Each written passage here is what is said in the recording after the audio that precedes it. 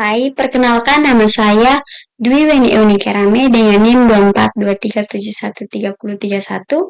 Saya dari kelas 2 PJJB. Di sini saya akan menjelaskan praktikum pengukuran berat tinggi menggunakan alat waterpass. Sebelumnya saya akan menjelaskan apa itu waterpass. Waterpass adalah alat ukur yang digunakan untuk menentukan posisi horizontal datar atau vertikal tegak lurus suatu bidang atau garis. Selanjutnya saya akan bertahu alat-alat yang digunakan dalam pengukuran. Yang pertama yaitu pesawat penyitak datar atau waterpass, selanjutnya tripod, selanjutnya rambu ukur jauh dan dekat, setelah itu payung, helm, palu, nivua rambu, besi patok, meter ukur, alat tulis. Selanjutnya kita masuk pada langkah-langkah. Langkah yang pertama yaitu survei pendahuluan. Setelah itu, kita pergi meminjam alat di lab survei. Setelah itu, pergi ke lokasi dan membuat grid per 5 meter. Langkah selanjutnya, dirikan alat di salah satu sudut untuk membuat siku pada sudut. Setelah itu, buat siku pada 3 titik sudut agar lokasi menjadi kotak sempurna, lalu pasang besi patok pada titik atau grid yang sudah dibuat. Setelah itu, kemudian lakukan pembidikan pada rambu, benang atas, benang tengah, benang bawah. Setelah itu, pindahkan rambu ke setiap titik dan lakukan pembidikan sampai semua titik selesai diukur. Langkah selanjutnya, setelah selesai pengukuran, periksa kembali alat yang dipinjam dan pastikan semuanya tidak ada kerusakan.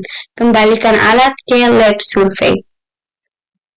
Sekian penjelasan saya. Terima kasih. Baik, selanjutnya kita akan melakukan perhitungan pada Excel. Nah, hal pertama yang kita harus lakukan yaitu pindahkan data mentah di lapangan yang sudah kita dapat ke Excel. Nah, di sini saya sudah pindahkan data saya ke Excel. Nah, setelah itu kita akan menghitung beda tinggi dan tinggi titik. Beda tinggi ada cara pertama dan ada cara kedua. Tinggi titik juga ada cara pertama dan cara kedua. Baik, kita akan langsung menghitung beda tinggi cara pertama. Yaitu kita dapat dengan rumus sama dengan tinggi pesawat, kita kunci rumusnya dikurangi dengan benang tengah. Setelah itu kita enter. Setelah itu kita blok ke bawah. Nah, selanjutnya kita lanjut menghitung beda tinggi cara kedua. Untuk di atasnya awalannya masih sama, yaitu rumus sama dengan tinggi pesawat tidak perlu dikunci, dikurangi dengan benang tengah. Setelah itu enter.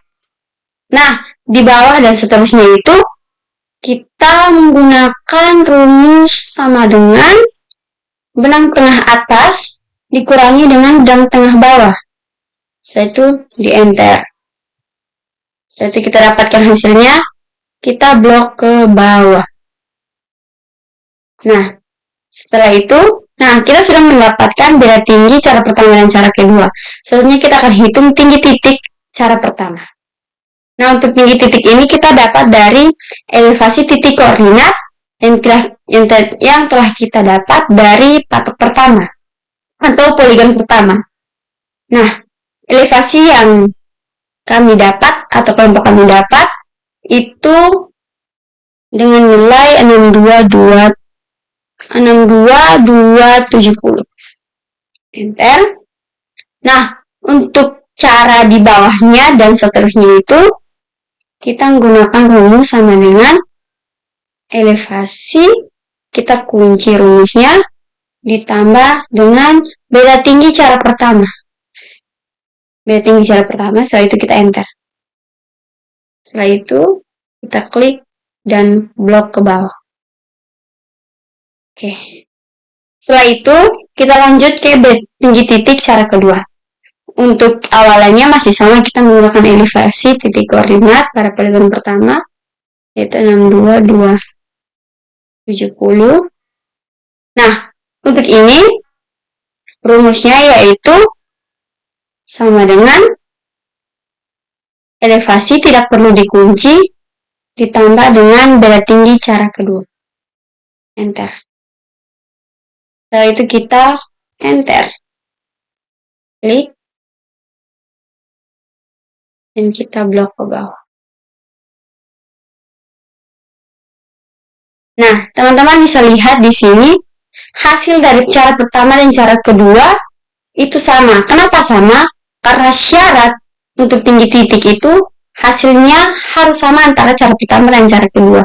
Jika tidak sama, berarti ada data atau perhitungan yang salah. Nah, selanjutnya kita akan menghitung titik koordinat. Sebelum itu kita benang merah terlebih dahulu.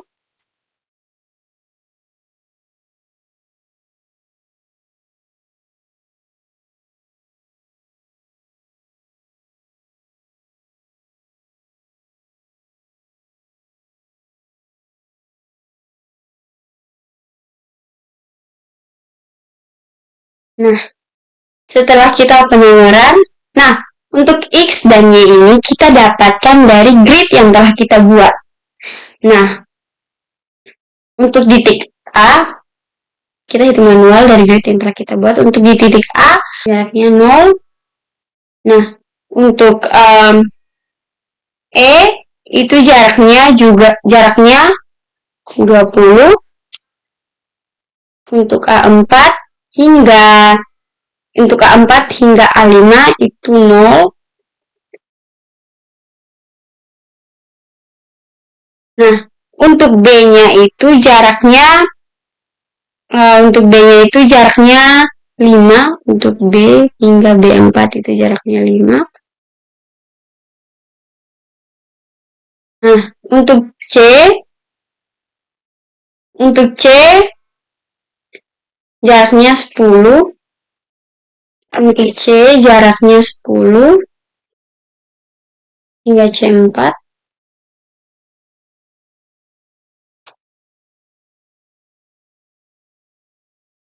Nah, untuk D hingga D4 jaraknya 15.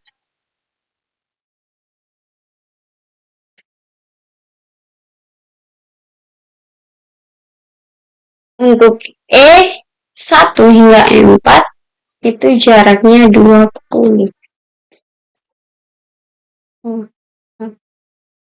Jaraknya 20. Nah, untuk Y-nya pada A itu 0, pada Y itu pada E itu juga 0. Setelah itu pada A4 jaraknya 20. Pada A1, A2, A3, A1-nya 5, A2-nya 10, A3-nya 15. Setelah itu B-nya 0, B1-nya 5, B2-nya 10, B3-nya 15, B4-nya 20. C-nya 0, C1 5, C2 10, C3 15, C4 20. Untuk D-nya 0, D1-nya 5, D2-nya 10, D3-nya 15, D4-nya 20. Untuk E1 itu 5, E2-nya 10, E3-nya 15, dan E4-nya 20. Nah, untuk Z-nya ini kita dapat dari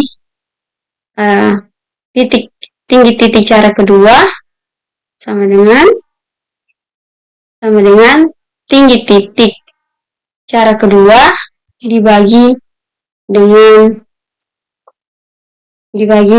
1000. Kita enter dan kita blok. Nah, untuk perhitungannya seperti itu saja. Karena kita sudah dapat beda tinggi, cara 1, cara 2, tinggi titik cara 1, cara 2, kita dapat koordinat X, Y, dan Z. Baik, setelah perhitungan selesai, kita akan lanjut plotting data ke Civil 3D untuk membuat kontur. Yang pertama kita lakukan yaitu koordinat ini, kita copy,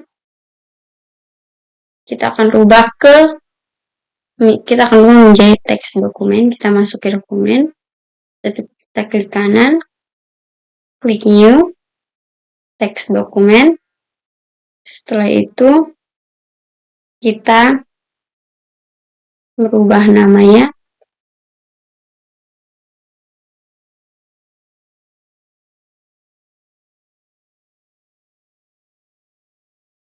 setelah merubah nama, kita masuk,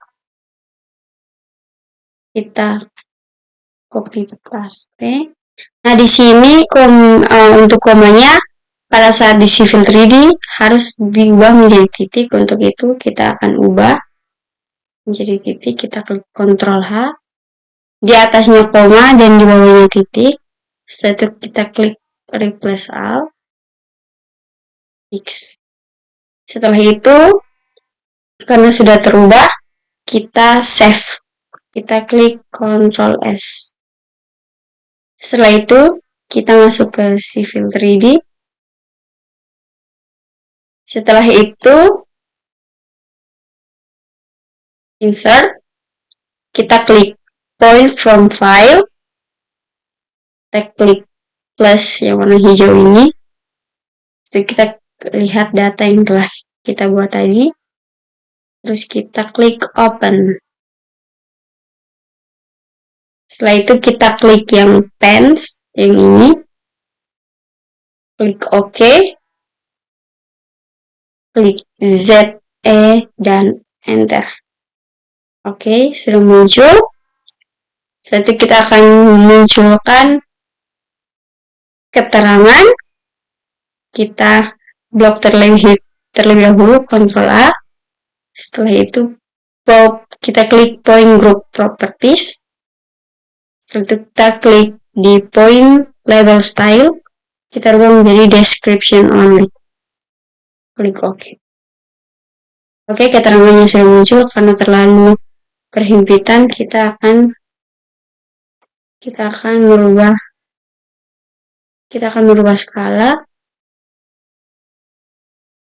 menjadi 1:250. Oke. Setelah itu, kita akan lanjut untuk membuat kontur. Kita pergi ke home, klik surface, klik create surface. Situ kita ke style. Kita akan mengubah stylenya. Kita klik yang ini, kita rubah menjadi kontur 1 meter dan 5 meter. Jadi kita klik ini, ke kontur interval, kita akan rubah intervalnya menjadi 0,200. 200, itu kita klik OK. Klik OK. Oke. Setelah itu kita pergi ke modify, klik surface, itu add data, point groups, setelah itu klik all points. Oke. Nah, kita sudah mendapatkan kontur. Nah, setelah itu kita klik add labels, terus kontur. Klik ini. Oke. Jadi ini adalah hasil kontur dari yang kita buat. Nah, sekian dari tutorial video saya. Terima kasih.